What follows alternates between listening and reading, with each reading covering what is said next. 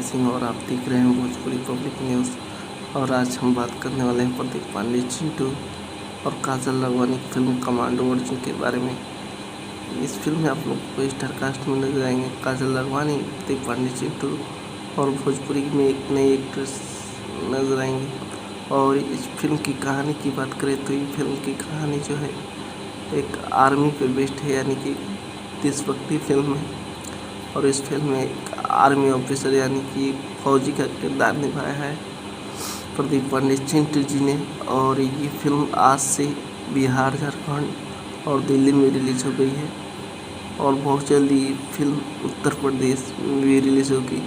तो आप लोग बिहार और झारखंड के रहने वाले हैं तो कमांडो अर्जुन फिल्म देखिए जाकर। और कल मैं इसका बॉक्स ऑफिस कलेक्शन लेकर आने वाला हूँ इसी चैनल पर। तो चैनल को सब्सक्राइब कीजिए और लाइक कीजिए और शेयर कीजिए। मिलते हैं अगले वीडियो में, तब तक